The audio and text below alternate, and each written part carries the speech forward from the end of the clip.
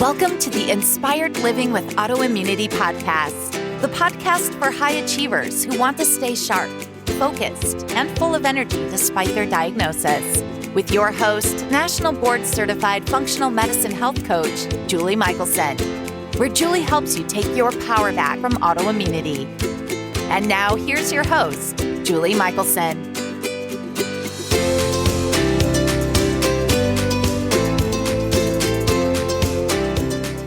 Welcome back to the Inspired Living with Autoimmunity show. I'm your host, Julie Michelson, and today we're joined by Shawn Borup, founder of Show Me Healthy Living. And we're talking about food as fuel and the healing power of single ingredient whole foods. From what to avoid to what to include, Shawn guides us on how to make the dietary changes that will allow us to all feel our best and share our gifts with the world. Shawn, welcome to the podcast. Thank you so much, Julie. I'm just so pleased to be here. I'm so excited for our conversation today. I didn't share with you that I grew up, my stepfather had a restaurant. It was really 3 restaurants in one. So I didn't realize that created a passion for food back then. I can connect those dots now. So I love just the passion, the wisdom, the expertise that you're bringing for the audience today. And we were chatting before I hit record. I will do my best to stay on task because I have so many areas I want to talk to you about. But first, I want to know, how did you get passionate about this? How did you get so involved in helping people eat healthy? Yeah, I grew up a really sickly child. I had severe asthma and I felt like I was sick all of the time. And then when I started having my own children and then they had issues starting to show up, I remember, going to a birthday party with my daughter, and because she had asthma so bad too, every time she ate all of the things that everyone else was eating, then her symptoms would get worse and we would pay the price. So once I learned how to get refined sugar out, I remember making her very special cupcake, and we would go to parties and I took it out of my bag when it was, time to celebrate the birthday. And the mom sitting next to me said, what is that? And I said, this is a cupcake that my daughter can eat that doesn't make her sick. And so that, that reminds me of when she was a few years before that. I was sitting in the rocking chair one night about 3 a.m., giving her another breathing treatment and just thinking to myself, I wonder if there's a better way. And then that thought just kept reoccurring, and until it was, I know there's got to be a better way, and I'm going to find it. I was so scared, watching her little face and her lips turn blue, and because that took me back, because I remember as a child not being able to breathe. Right. And I was in the hospital. I was in an oxygen tent, and there was a zipper on the side where my parents could put their hand in and hold my hand. And I remember looking up and to the side, and all I could see was plastic. Yeah. And I just wanted to go home. And it was really, really hard as a child, not understanding why I was sick. And my earliest recollection is when I was about 18 months old. That was back in the day when parents could not stay overnight with your child. And I remember standing in the crib screaming, "Mommy, mommy," and watching my mom walk away. And then the door closed. And so when people ask me why I do what I do, that's just a little background of the things that, the journey that I've had and with my own kids. And the miracle of it all, Julie, is when we started focusing on the food, which was like a foreign concept to me, because, my mom, bless her heart, she did the best she could. Yeah. But she just did not know. I was just raised on the standard American diet. We had a small little garden. I grew up in Las Vegas, Nevada. So we had a small little garden in the backyard, and, we grew carrots and some lettuce, but it was very minimal. And when I was growing up, it was all about canned food. Frozen foods were, big, like the TV dinners were just, they were just popular, all of that. And so we, as a family, we just ate the standard American diet. And so had never considered that food. And then as a sick child, I went on so many antibiotics that my entire immune system was so compromised all the time, because it was a chronic, it was a cycle, right? That you get on and you feel like you're in this hamster wheel and you can't get out.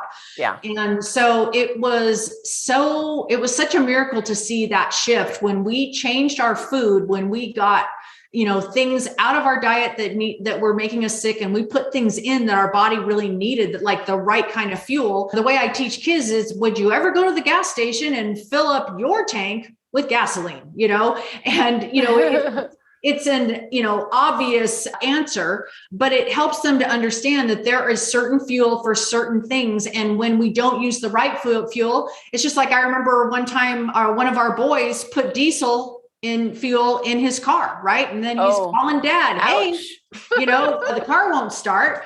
Same kind of concept. Like when we understand as humans what food is really truly fuel, it's like a whole new world opens up. And in working with, with chronic health conditions, why food is, there's so many other parts of the puzzle, but food is such a big piece because we do it multiple times every single day. Absolutely. And I love the food as fuel is one of the biggest mindset shifts that I help people, step into, because that's not usually how they show up at my door. Food is soothing, food is everything but fuel. And we definitely, we need that fuel, which leads me to my where I want to start. So often talk about hamster wheels, what you mentioned standard American diet, which is full of high carbs, processed grains, sugars, bad fats, all of it. But I want to start with just the simplest to understand, to just carry the fuel theme, is this sugar addicted piece of the standard American diet, and that cycle of, in theory, glucose is fuel. It's a fuel our body can use. And I'm not talking about, when we produce glucose because we have a stress response, so I try not to do the whole, like, all sugar is evil, but we get into this inflamed, addicted cycle. And as you know, when most people find me, they're exhausted. Fatigue is such a big part of the autoimmune experience, no matter the diagnosis. So let's start with sugar, and why is that something we decided we wanted to talk about today? Yeah, I started a Facebook group years ago called Sweet Life Without Sugar, because I knew from my own experience and what I had gone through with my own children, and just talking with people and how much they struggle with it, is that is, and personally, that was the first thing we did. So when I started this journey, the first thing I did was I removed refined sugar and refined flour from my kitchen. And it was we just no longer brought it in. If there was a treat to be, eaten, it was out of the house, because if it's in your kitchen, you're just, you're going to go automatically to that. Like the brain just fires up when it sees a package of Oreos. I don't know how else to explain it.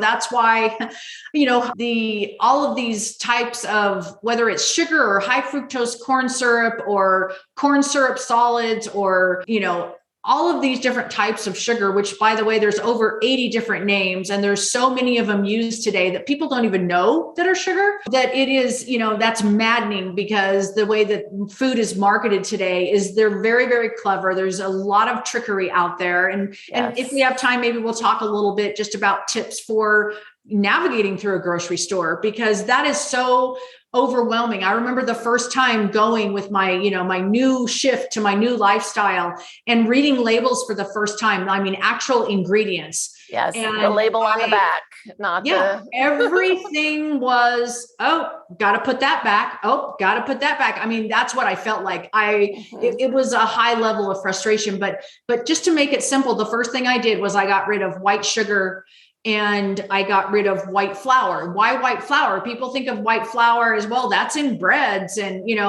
those type of things. Unfortunately, and even wheat flour. And this is another trickery that teach your listeners. If you don't see the word whole in front of the word wheat, then you are eating white flour that has been colored with a caramel coloring, which, it just makes insult to injury, right? That much worse. So I removed those things from my kitchen, which, you use this flour, right, to make pancakes, biscuits, whatever. You use it for multiple things. And so unfortunately, what happens, white flour or just regular wheat flour, they have taken the bran and the germ out of that grain, out of that product, because those are the things that have a shorter shelf life.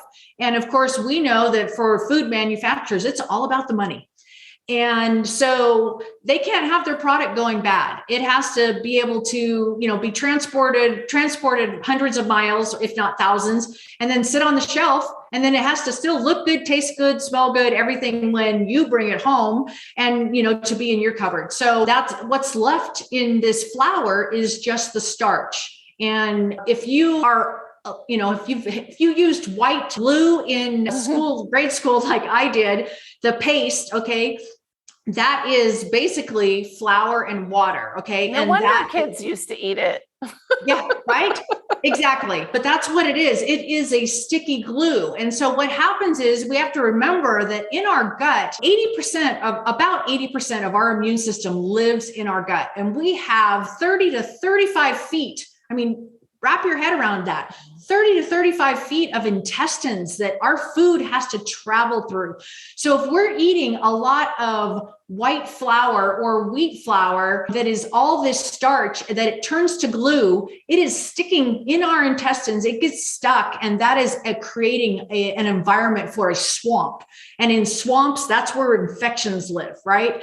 And so it's just when you get educated and just understand just some basics of what is in some of the basic foods that are used, so just overused in today's traditional diet, then you kind of can understand why we're seeing so much illness and so much, obesity and type 2 diabetes in young people, which, the list just goes on and on. You and I, we could talk about this forever, but anyways, that's the first thing that I did. And so how do you do that? I mean, that is hard.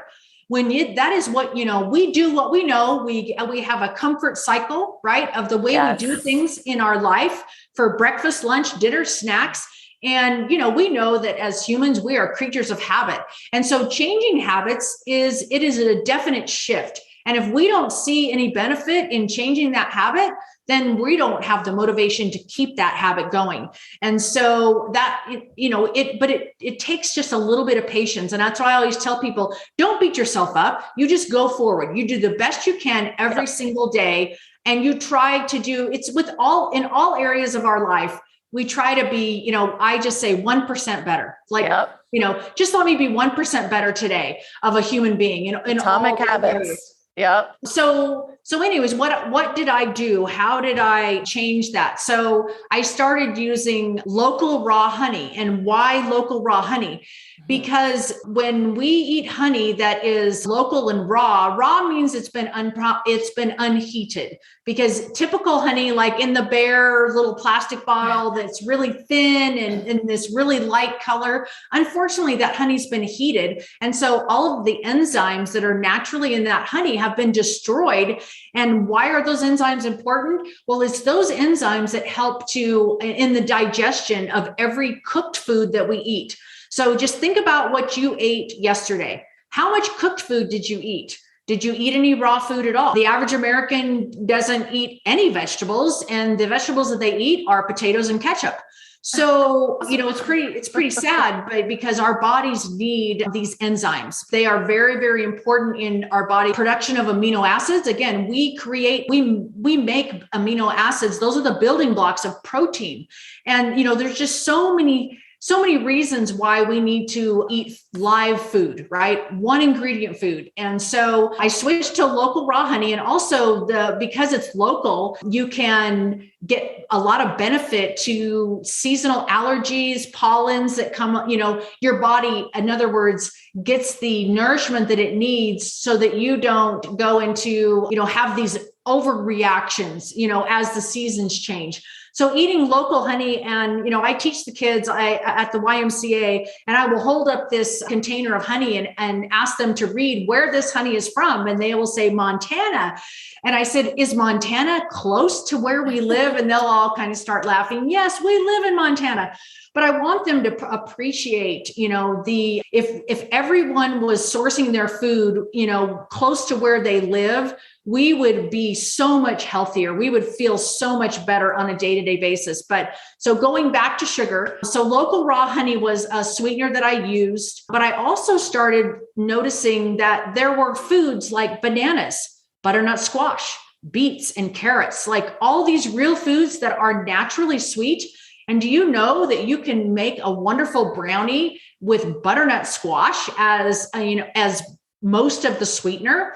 I mean, I just started a little bit, again, slowly at a time. We got rid of our pancake mix, right? That was already done for us. And I started using oats, and I would put the oats in the blender and make a coarse flour. And we started making oatmeal pancakes.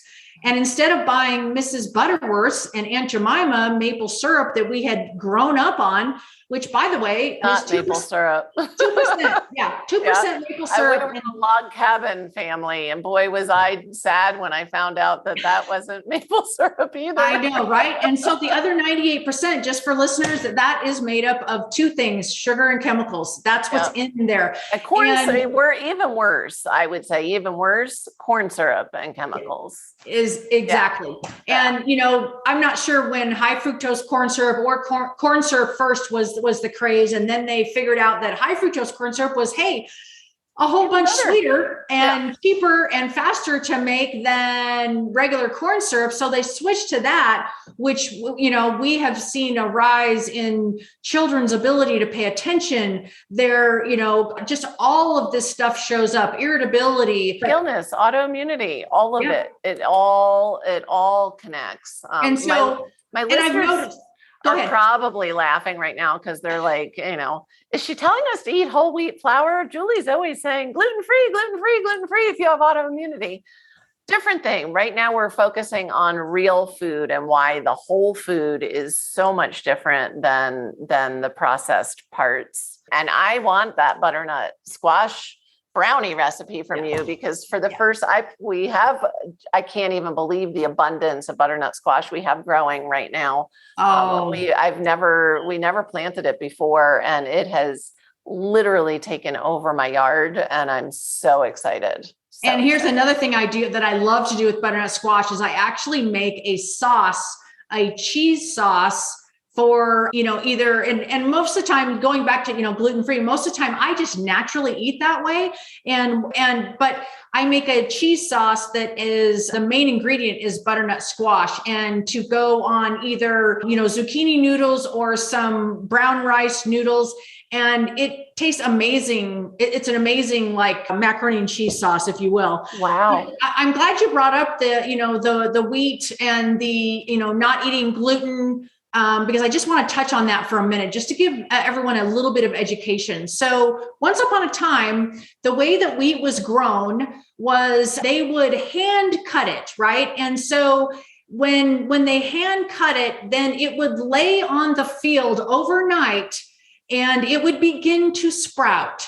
And before it was taken in and processed. And so then so there was already a lot of nutrients already in that food. And this is a whole nother topic that I'd be grateful to come back and talk about, was what what is the point of sprouting and soaking and all of these things that used to happen back in the day? And all of a sudden today we have all of these stomach issues. And so it's like, I can't have beans, I can't have gluten, the list goes on. And a lot of it is in how we prepare that food. First, it goes back to the soil and what's happened to our soil, how food is grown, but then it's that whole process thing. So just focusing on wheat here, today's wheat is they have added in more gluten on purpose for years. And the reason why is because it makes it easier to use. In this country. They've done it in the United States. Yes. And that's the important. How do we know? Because people travel elsewhere that have quote unquote gluten sensitivity and even celiac, and they can enjoy wheat in other countries. They can enjoy wheat. Exactly. Yep. So I myself have experienced some, bloating and just from just really uncomfortable stomach things when I have just eat regular wheat. And so I stopped it completely, just to stop the bleeding. Right. And then I experimented, I got some einkorn wheat. Einkorn is an ancient wheat that was grown, like wheat should be grown. But it is, you have to look for it today. It's not going to be at your grocery store on your grocery store shelf. But einkorn wheat is the type of wheat that always used to be around. In other words, it has lower gluten, it has lower starch, it's easier to digest, all of these things. And then I soak and sprout it. And I make sourdough, and I am happy to say that I am able to consume that type of wheat. But yeah, as far as any other wheat out there, I have a picture of a hamburger bun that came from a fast food restaurant. And this man put it in one of those cases that, you put professionally signed basketballs or footballs to protect it. He put this hamburger bun in this case and he left it there. And he looked at it every year. Well, guess what? 9 years later, it still looked exactly the same as it did the day he bought it. And that, my friends, is not real food. And that is the type of wheat that is so chemically with not real food. And so that's why that bun can look that way. That is why we have so much gluten sensitivity today and, just issues with it, because they have gone and hybridized all of our wheat and changed it to the point, and then put it in everything, right? It's like in so many things that we eat on a daily basis. And so we have our bodies have just get to a point where they're like, hey, we can't filter all the toxins in this food out because we're constantly taking it in. And so I'm glad you brought that up because so many people, especially if you have an autoimmunity, that's one of the first things you're going to stop eating to feel better. Well, and to heal, even if you don't notice. I mean, for me, I joke, every diet should be individual, but the one thing to avoid if you have autoimmunity would be gluten because of the impact it has on the gut and leaky gut. I want to highlight two things. One thing that you said when talking about this experiment, if you will, with the hamburger bun, which is so important for listeners to hear like 100 times, the body doesn't recognize it as food. And it's not just gluten. It's all of this processed food that we're talking about. We're creating an immune response when we're eating things that aren't recognized as food. It's a foreign intruder, and your body is supposed to fight those.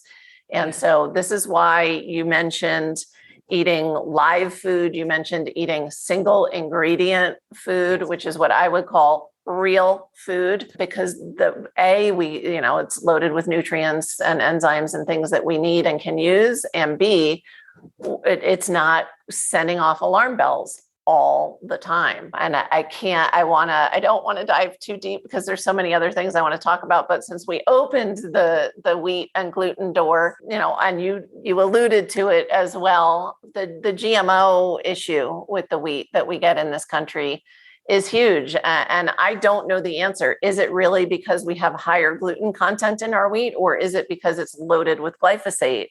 And is, we're adding in just exorbitant amounts of other toxins, which again, is illegal in other countries. And exactly. So it's hard you can't separate it out at this point. No, you can't, Julie. And I really think it's what you just said. Is it one or the other or both? And I really believe it's both. I think it is, they were already changing our wheat. And then now all of a sudden they're dumping glyphosate. The reason why they use glyphosate so much is it dries the grain out faster so they can get their product to the shelf faster because it's all about the money. Again, they care nothing about our health.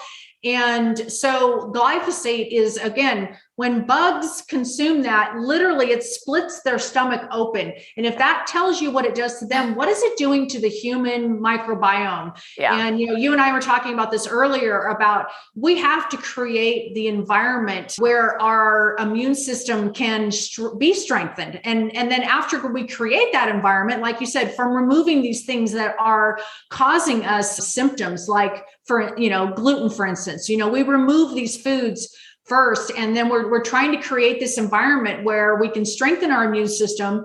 And then we have to replenish constantly to keep this environment in, where it is, so that when the bad guys, invade us, I always teach people we have two teams that live in our gut. We got the bad guys and the good guys.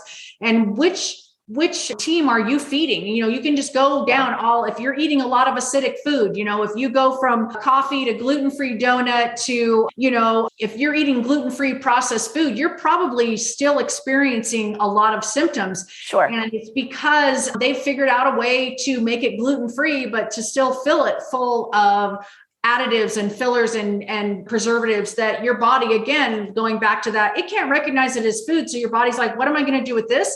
It will store it for a period of time until then something happens where it's going to try to push it out. And then that's when symptoms show up.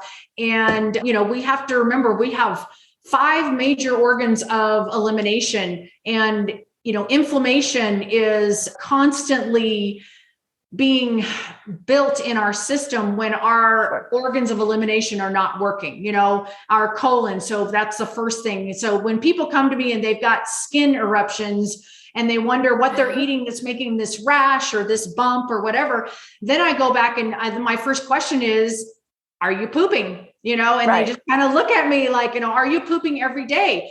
And because I've had some people say, well, my doctor said that pooping 3 or 4 times a week is just my normal. And I just want to fall over because that is not normal. That is common today. And we are even, giving children laxatives and medication to make them poop. That is just wrong because, again, we've taken out so much of the fiber. Processed food is taking out the fiber because, like I was explaining before, the germ and the bran of any grain or the skin, like we dig into a potato and we don't eat the skin, or the apple, we just buy apple juice or apple sauce. And the problem is and then we wonder why our blood sugar still spikes, right? For example, it's because at least half of the fiber is in the skin or right underneath the skin of all fruits and vegetables. And so where possible, we need to consume that skin so that we can get the fiber that we need. But we, as Americans, we are getting half or less of the recommended amount of fiber, which is I believe that is one of the things that drives chronic illness, leads to autoimmunity, is that we have our bodies, again, cannot recognize all of this foreign food. And so we're not, our organs of elimination are not working. So just to go back and finish, your colon is your first one. Like you should be eliminating about 2.5 pounds of toxins every day through your colon. And next would be your skin. Your skin is your largest organ of your body. And so your skin is also, that's why it's good to, that's why exercise is so important, so that we can sweat. And, it's not just about getting your heart rate up. Like you need to be sweating too, even if it's for a short period of time. Your skin, if your skin's working right. And when people tell me they have a rash, I'm like, that's terrific, because that means that your other organs of elimination are working well enough to kick it out. That just means, because after your skin comes your lungs are next, then your kidneys, and then your lymphatic system.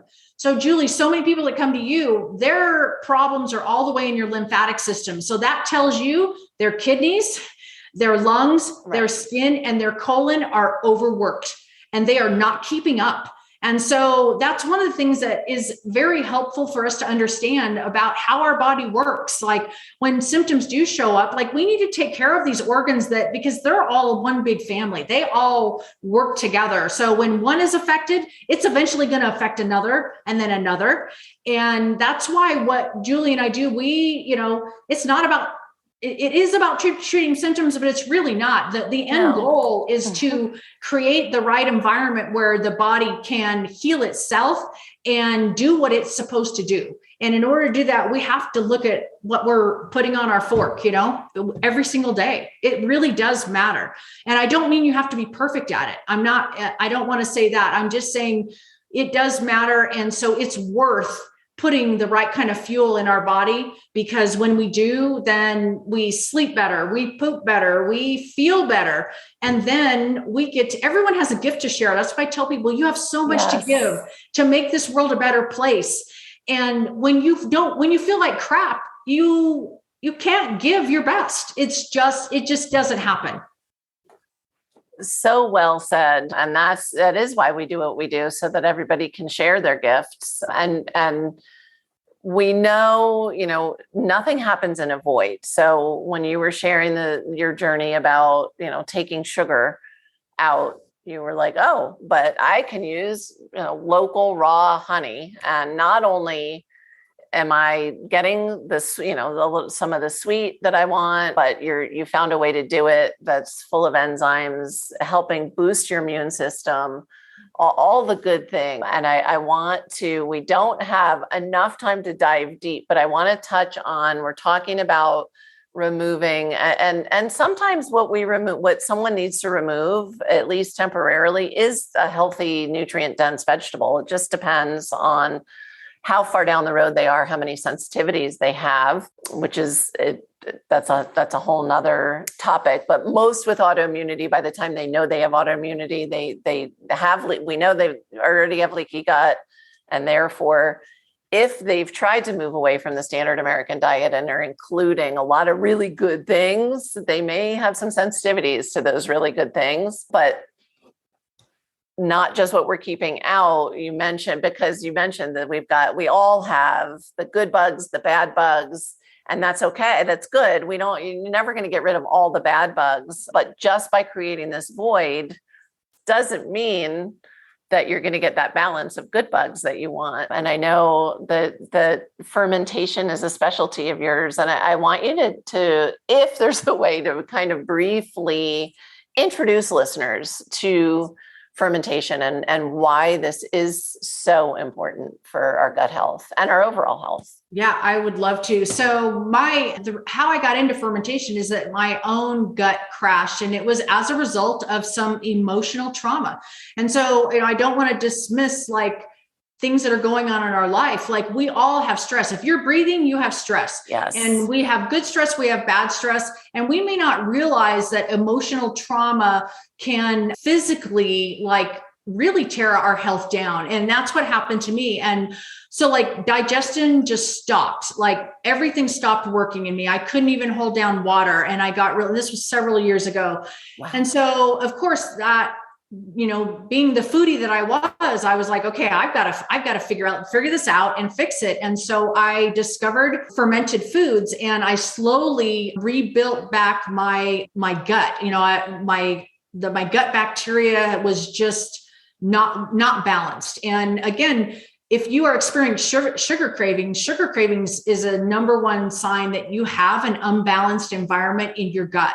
And Hippocrates said all disease begins in the gut. And so I add to his statement that means all healing begins in the gut. And so fermented foods, the magic of them is that this good team of guys that we have, you picture the sword and the breastplate, right? And the shield and everything, that is our good guys. And they're to fight off the bad guys. And if, like Julie said, we do need a balance, but we just need more good guys and less bad guys. And unfortunately, the standard American diet creates exactly the opposite: more bad guys, and fewer good guys. So what fermented foods do is they basically give our good guys the fuel that they need to replenish, because they need replenishing like every 24 hours. And so, and you'll hear the word prebiotics, that has kind of showed up in the past few years. And they're foods like onions and garlic and apples. Those all contain prebiotics. And the prebiotics are food for the probiotics, and they all work together so that these good guys are strong enough so that when viruses do come by, we're all going to catch viruses. It's just a fact of life. We are going to, our bodies have the need to cleanse and to, flush out toxins. And so, but when that happens, what's great about having a good environment that we've been talking about in our gut, and fermented foods is one of those things that if we're eating them on a daily basis, we're constantly replenishing what these good guys need to keep this environment strong and stable. Because again, we're all exposed, whether it's through the air and the water and our food, or, just the environment, and we're all exposed to toxins. And the body is a miracle machine. It knows exactly what to do with those and how to get them out. But when so many of our major organs are overloaded and they can't keep up that toxic load, that's when symptoms manifest and we don't feel good, whether it's a headache or it's something really, really severe with autoimmune disease where it affects our daily life. And so things like yogurt and kefir and sauerkraut, other fermented veggies. What's so great about sauerkraut is I will make like a half a gallon jars at a time, and I'll make several of them, and they will stay for I would say almost a year in my refrigerator. So I can make a whole bunch at a time, and then it's done for months, right? And you just need a forkful. I know a lot of people that pay a lot of money every month to take a probiotic, but a forkful of my sauerkraut, which is literally pennies a day, talk about eating on a budget, it has more probiotics in that forkful than this $70, $80 a month probiotic pill. But there's little things, that we need to understand about, fermentation. And if you overeat it, then it will cause symptoms as well. So it's all about, just your body, your gut just needs a little bit. But making homemade yogurt, the first time I made homemade yogurt, Julie, I was kicking myself because it was so simple and it took so little hands-on time, because then the yogurt, ferment. That's what's so beautiful about fermentation is you do a little bit of prep, anywhere from 30 minutes to an hour of putting this together. And then it does all of the work after that. And you just wait. And the same thing with yogurt and kefir. But I was kicking myself because it was such a simple process. And I was thinking, why didn't I start doing this 20 years ago? Yeah, it's intimidating. And it is intimidating because I'm me and I can't help it. I'll throw out there, you can use you can make coconut yogurt. It doesn't have to be dairy based. Yep. You can make non-dairy yogurt. Yep. You can make non-dairy cheese.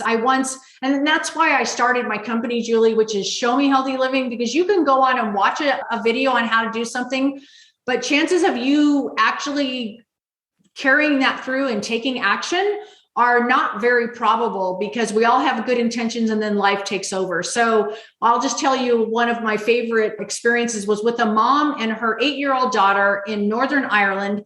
They were in their kitchen. I was in mine in Montana. And this little girl could not have eggs, and she could not have dairy. And of course, she could not have gluten. Well, together, the three of us made a cauliflower pizza crust with non-dairy cheese and a flax egg.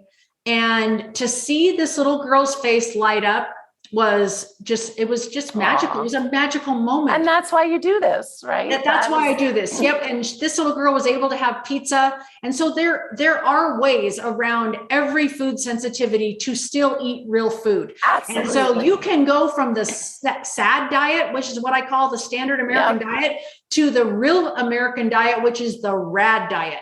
And that's possible for everyone, no matter what illness, chronic illness you are dealing with, or food sensitivities.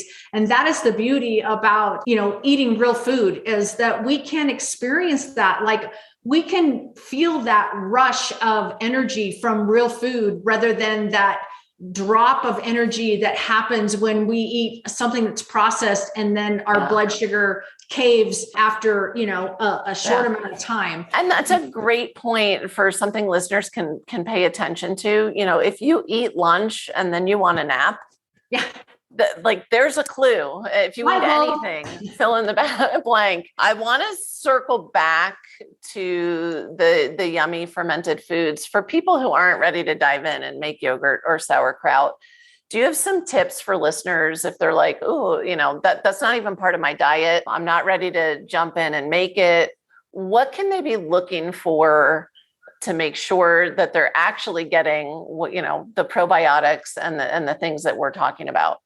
Great question. So we'll start with sauerkraut. So there's a lot of, I remember sauerkraut when I was growing up, and it was just in the little plastic bag, in the store, and it just looked gross to me. I wouldn't even, look at it. Number one is when cabbage and, which is the base of your sauerkraut, when that is put in plastic, whether it's a plastic jar, plastic bag, that actually damages a lot of the probiotics, if not all of them. So you want to look for sauerkraut that is in a glass jar. So that's number one tip. And then you want to look for the word raw, because if it's not raw and unpasteurized, then the pasteurization process will also damage, if not kill off, all of the good probiotic bacteria, which again, we have over 100 trillion, cells, but we have more bacteria than we do cells. And so that's why this bacteria is so important in our gut. And that's what fermented foods, any kind of probiotic food is what I call them, anything that's cultured, that is going to go in and help balance out all of the other foods that we eat that cause so much acidity. And it's the acidity in our foods, a lot of it, that's what feeds these bad guys and makes them stronger. And so, you want to look for, it's in a glass jar, it's raw and unpasteurized. That's when, and then my third thing it would be to try to find it at your local farmer's market where it's made right where you live. And I even have some stores here in Montana that I can go to that are an hour away. So it's an hour drive, but they have local, raw, unpasteurized sauerkraut and kimchi. Kimchi is like a spicy version of sauerkraut. Korean sauerkraut. It's right. delicious. And you just have to watch out, because sometimes they do add sugar. But here's the thing, in fermentation, they eat all of the sugars out, which is another thing that happens in kefir. So you may be, if you're lactose intolerant or you can't, eat dairy, kefir may actually work really well with you. Again, it's something that is very individual. We are all individual. And so you have to try that food out on yourself. But that is the beauty of culturing food, of fermentation, is it goes in and it eats all the sugars and it eats all the starches. And remember, starches turn to sugar. Right. That's why white flour or any kind of flour, it's so important to get it out of your kitchen, because it turns to sugar in a very short amount of time and goes into the bloodstream, so it gives you the same type of reaction as your body does to sugar.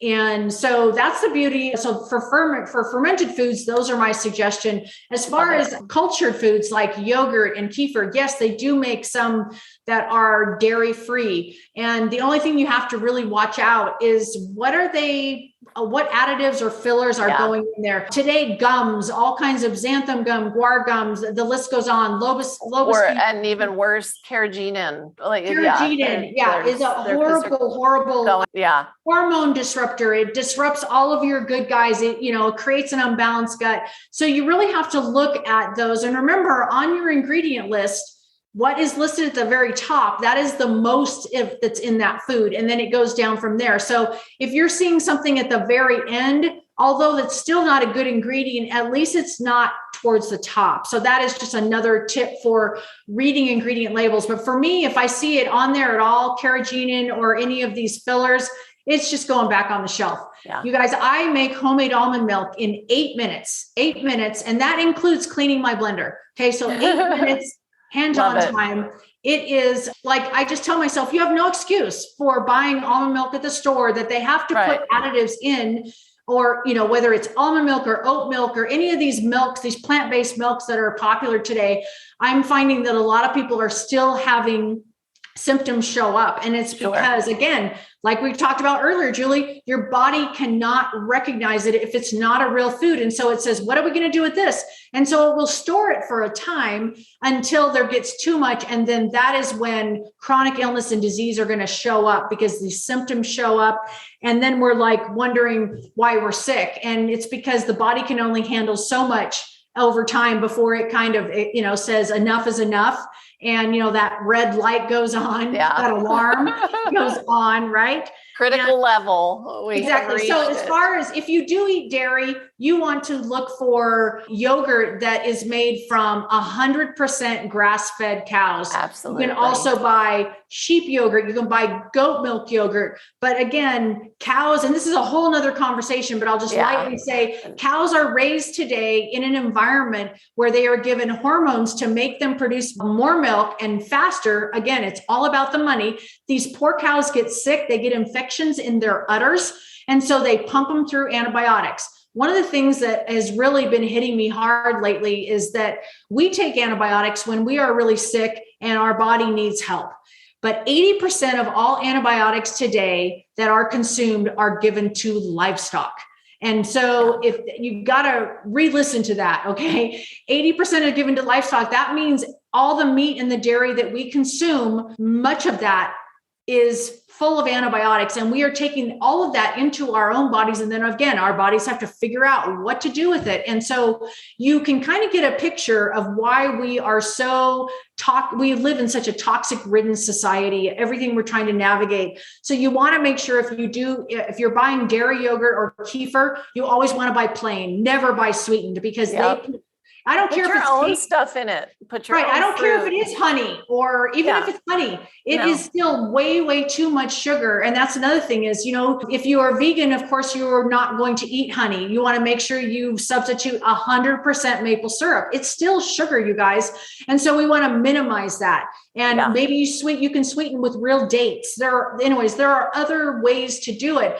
But you've got to read on these containers how this food is processed, how do they care for their cows? And that's another thing of, if you have access to a local dairy, go to the dairy, talk to them, see how the cows are living.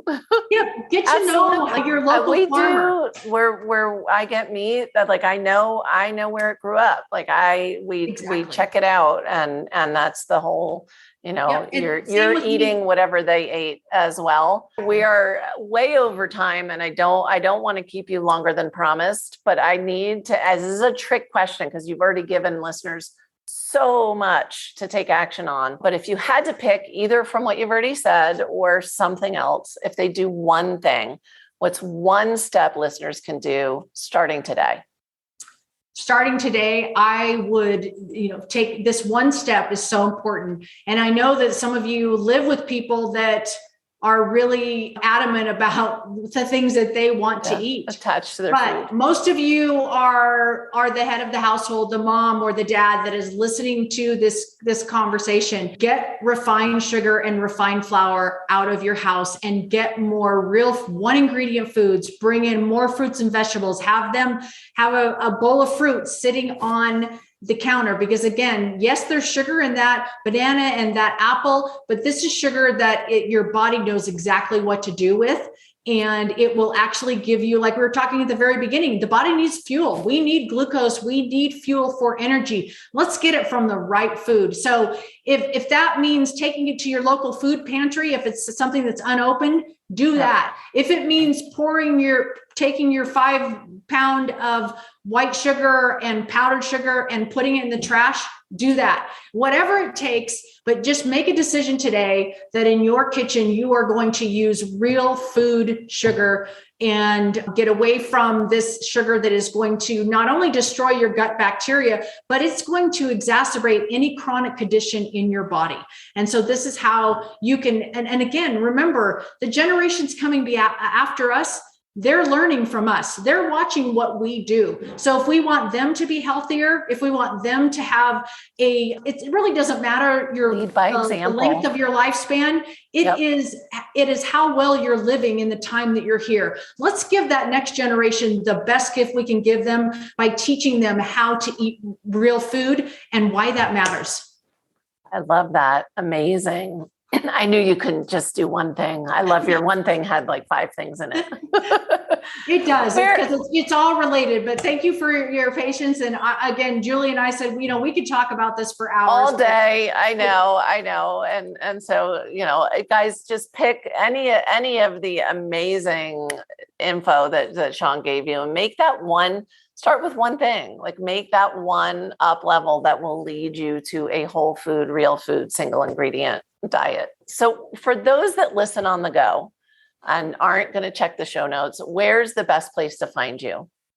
So my website is showmehealthyliving.com. And I will tell you, we're in the middle of a rebranding and revamping. So stay tuned for that. But you can go on my website at showmehealthyliving.com and just get on my email list so that you can receive my emails. I send out recipes and health tips on a regular basis.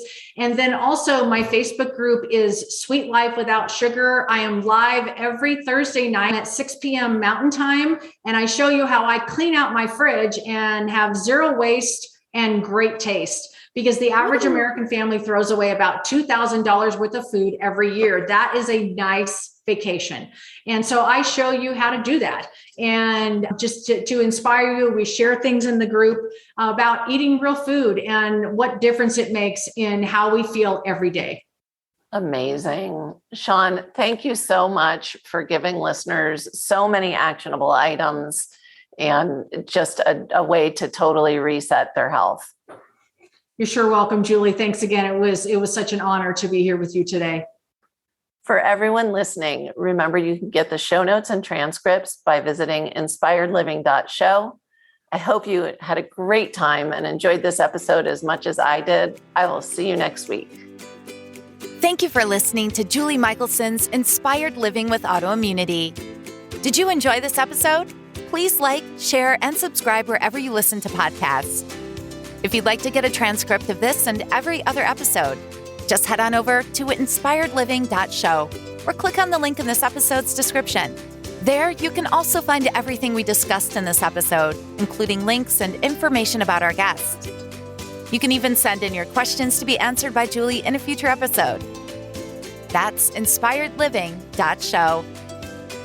Until next time, this is Julie Michelson's Inspired Living with Autoimmunity podcast, helping you take your power back.